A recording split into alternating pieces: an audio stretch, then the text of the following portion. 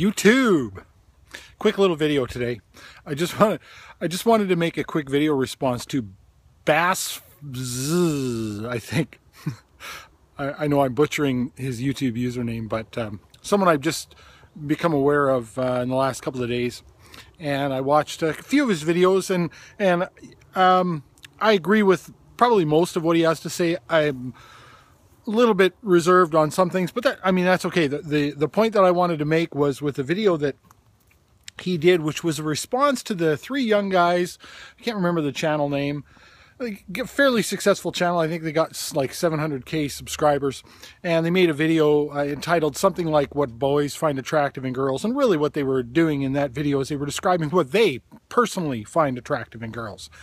Obviously they can't speak for all boys, so the title of the video was a little bit off, and they got a lot of criticism from a lot of women, a lot of guys, for expressing those preferences that they did and having standards that they did in that video.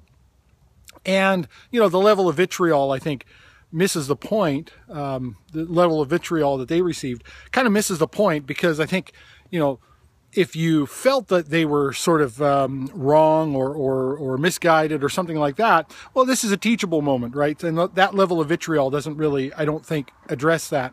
I think there's other reasons for that kind of vitriol anyway. And of course there is, as BASSFZz said, there's a double standard here in having standards, because of course all the people who are chastising these three young guys for expressing their preferences, they have standards too. And it's just absolutely bullshit to somehow say that that you don't have standards when it comes to seeking a mate or finding someone that you'd like to date, or just what you find attractive. I mean, that's just bullshit, right? Any of these people who are saying this, it's just out of the gate bullshit. Now, BASSFZz said, he went through and he sort of rebutted some of these videos, some of the men who he classified as white knights, and I think there's some good evidence for that.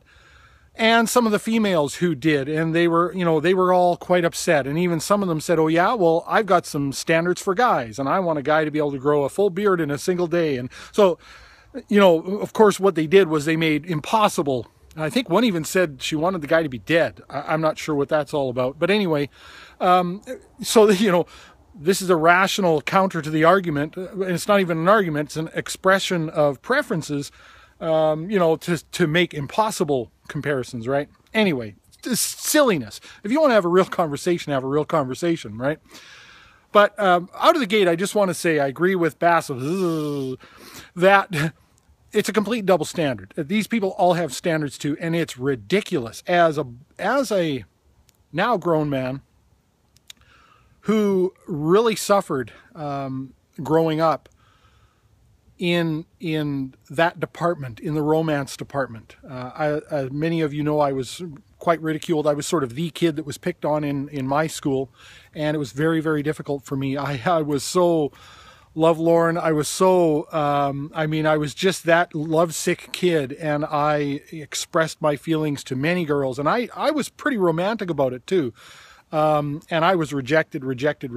And I will tell you, I was rejected all of those times because of my appearance and my status in the school.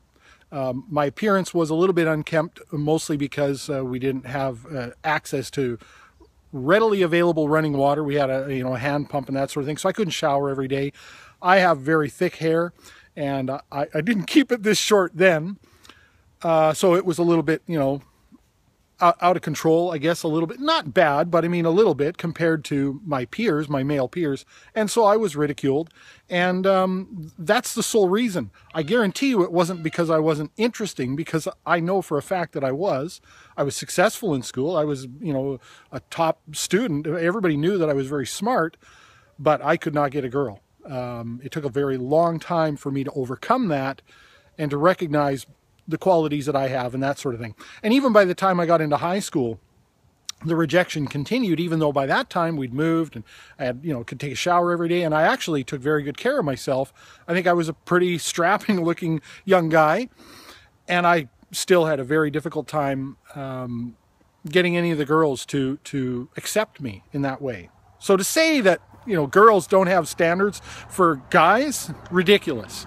And I think if you had a similar video made by 3 girls expressing their preferences in guys, I don't think you'd see this level of vitriol. And that's the point that I think BASSFZz was missing. And that is the level of vitriol that these 3 young guys received was not specifically because they have preferences and standards, it's because they dared express them. They dared say anything about it because they dared challenge what is our societal standard right now. And that is, sort of men propose or men make the proposition and women decide. That's generally the way it works. And for a man to express his preferences and his standards for what he finds attractive in a woman, I think is to challenge that. And I think these women subconsciously probably had a knee-jerk response to that and said, no, no, no, no, no, no, no, no.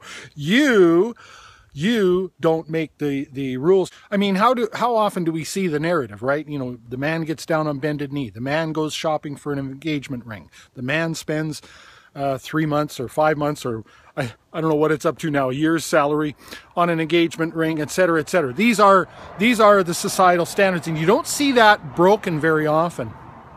And I think, quite honestly, a lot of women are happy to have the status quo continue in that way. And I think it's biological. I think it's evolutionary. I think, there is a high value on eggs and a low value on sperm. And for obvious reasons. I'm not going to get into the biological reasons for that. It's just obvious.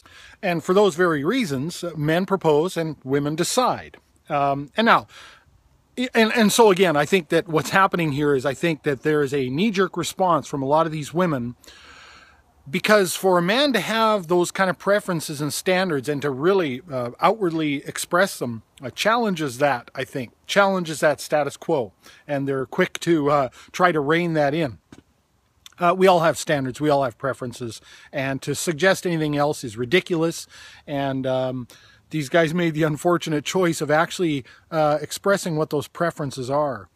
And many a height challenged, or who knows what else, facial hair challenged, a body odor challenged, whatever else, man can attest that that women have standards, right?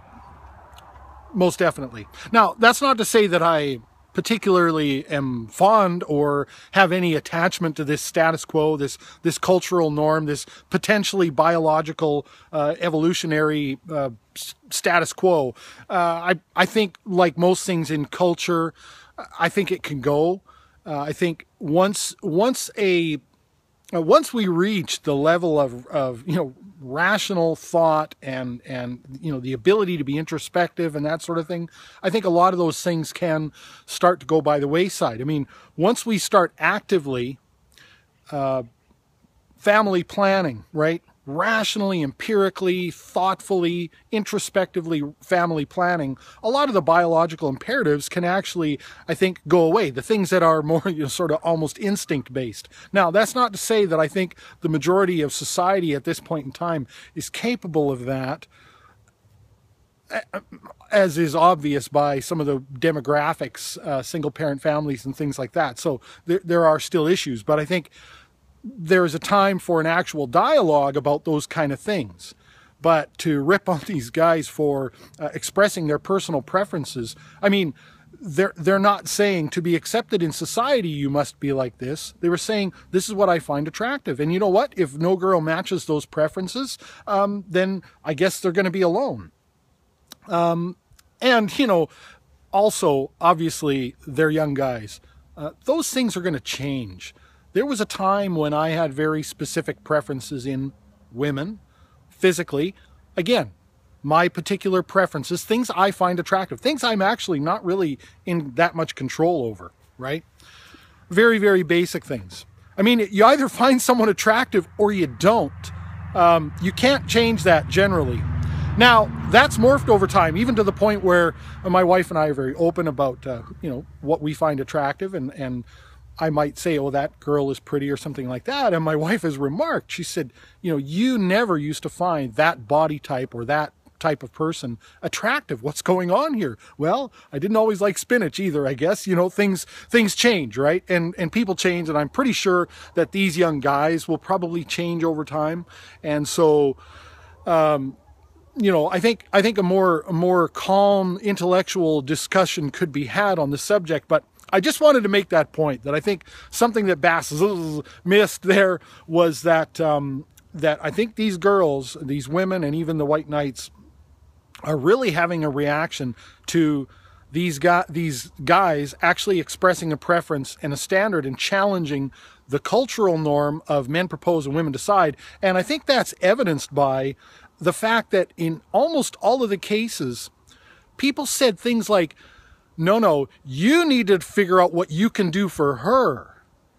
And a lot of the women said, you need to think about what you find attractive in a mate. You need to not be concerned with what the guy wants. You need to be concerned with what you want. So all of the focus on both camps was actually focused back on the women, right? You need to think about what you can do for her, not what you find attractive in her. And for her, you need to think about what you find attractive in him, not what he finds attractive in you. Which obviously, all of those things are valid if they're reciprocated. That's the thing. I need to know what I find attractive in a mate and probably seek that. And I also need to be responsive to what she might find attractive in me, or what she might like that I can reciprocate and compromise and that sort of thing, right? But that's not what the points were. And I think that sort of evidences the point that I'm making. I'm getting too long-winded. Have a good day.